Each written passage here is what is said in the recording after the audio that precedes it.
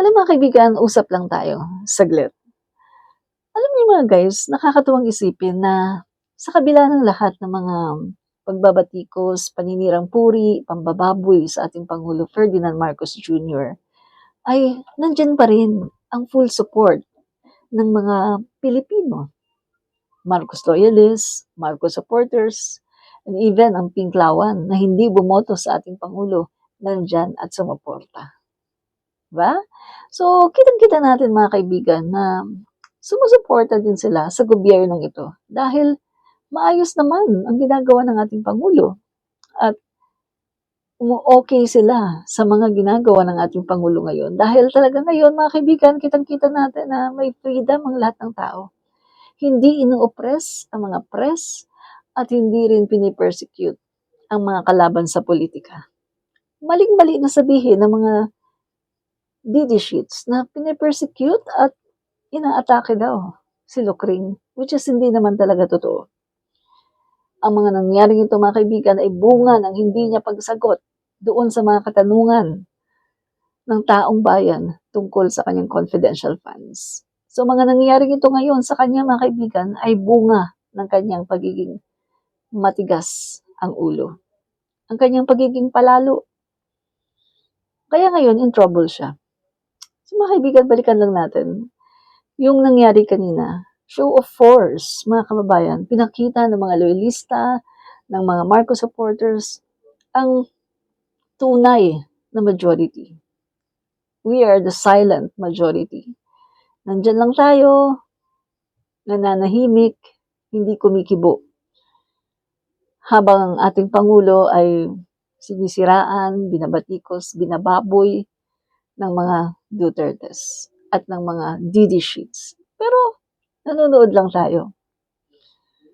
At paminsan-minsan, nire-rebat natin yung mga issues na pinupukol nila sa ating Pangulo. Pero nandyan tayo ready.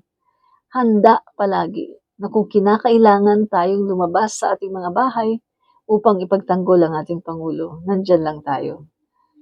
Mga kaibigan, nakakatuwang isipin dahil kitang-kita na ng mga Pilipino kung sino ang tunay na nagmamahal sa bayan.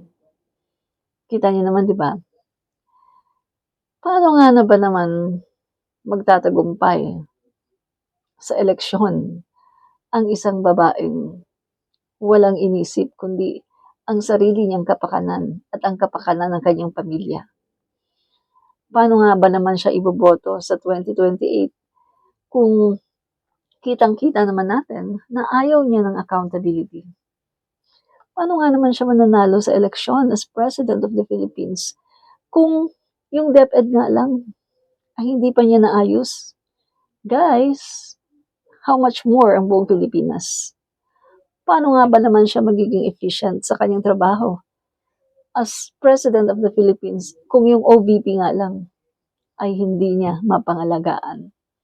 Kita niyo kung ano nangyari? Ang dami niyang dapat sagutin. Ang dami niyang dapat sagutin sa taong bayan. So mga kaibigan, nakakaawa na lang talaga itong mga DD sheets. Itong mga umaasa pa rin sa Dutertes na makakabalik sila sa pwesto. Guys, huwag na tayo maglokohan dito. Huwag na tayo dito magplastikan.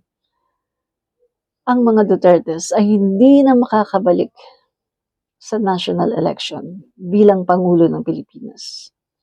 Guys, ayaw ng mga Pilipino ng isang politiko na walang accountability. Ayaw ng mga Pilipino ng isang napakaangas na magiging Pangulo ng bansa. Maangas lang kapag siya ay tinatanong tungkol sa kanyang confidential funds. Pero wala siyang angas na maipakita kapag tungkol sa pambubuli ng China dyan sa West Philippine Sea. Guys, ayaw ng mga Pilipino ng mga makapili. Yung hindi man lang maipaglaban ng ating soberenya, ang ating mga isla, ating mga karagatan. Ayaw na ng mga Pilipino yung pinapaubaya na lang tayo sa China at hindi man lang maipaglaban ang ating karapatan bilang mga Pilipino. Mga kaibigan, ayaw na ng mga Pilipino yung administrasyon na sinungaling. Nagsasabi na nilalabanan daw nila ang korupsyon, ang kriminalidad, pero sila naman pala ang nag-uumpisa ng kriminalidad at ng korupsyon. Kriminalidad dahil pinapasok nila ang Pogo at ginawang legal. Pinapasok ni Duterte sa Pilipinas ang napakaraming incheck, nakakuha ng birth certificate at nakakuha ng Philippine passport. And later on, ayan na, Pogo. Ginawang legal ang Pogo. Guys, ang Pogo ay naging dahilan upang malugmok ang ating bansa sa isang society na grabe mga kaibigan, talamak na kriminalidad, talamak na scamming, talamak na pangingidnap, pagtutorture, talamak. At ito ay hindi lang sa isang lugar, kundi talagang nanganganak ng maraming Pogo Hub. Just recently, nalaman yung Pogo Hub sa Davao del Norte. Mga kaibigan, yan ang legasiya ng Duterte administration. Ang papasukin dito ang Pogo at ang mga Chinese. Remember the Pastillas scam? And take note, sa panahon ni Duterte, nagkaroon tayo ng mayor na Chinese. So, hindi niya pinangalagaan ang ating karapatan, ang ating pagka-Pilipino. Kaya hindi na natin kailangan ng isa pang Duterte. Dahil kapag nagkaroon ng isa pang Duterteng Pangulo, mangyayari na naman ito, mga kaibigan. Muli, ang West Philippine Sea ay aangkinin na naman ng walang ka-effort ng China. At aangkinin na naman nila yan at hindi man lang aalma ang Pilipinas dahil yan ang mga Duterte. Hindi sila naniniwala ng West Philippine Sea ay para sa mga Pilipino. Kaya mga kaibigan, sa darating na eleksyon, although napakalayo pa, alam na natin kung may isang Duterte na tatakbo sa pagkapangulo, alam na natin na ang taong yan o ang politikong yan ay magiging panggulo lang at magiging major problem ng ating bansa. At hindi na natin hahayaan. Guys, we cannot afford to have another Duterte president dahil wala na naman, masasayang lang ang pinaghirapan ng ating Pangulo BBM. Masasayang lang ang pinaglalaban ng ating Pangulo ngayon. Guys, malapit na tayo. Malapit na tayo sa tunay na kalayaan ng ating mga isla, ng ating mga karagatan dyan sa West Philippine Sea.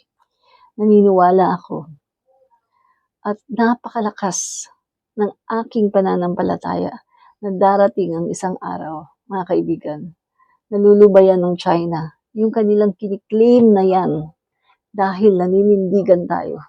Guys, nandito na, the Velarde Map. Isang napakalaking patunay na talagang atid ang West Philippine Sea. Yan ay nakalagay sa Velarde Map. Yung ating mga karagatan na inaangkin din ng China na nasa loob ng ating exclusive economic zone ay nakalagay exactly sa Velarde Map. Ang pinakalumang mapa ng Pilipinas. The mother of all map ng Pilipinas. Kaya mga kaibigan, huwag natin sayangin ang ginawa ng ating Pangulo.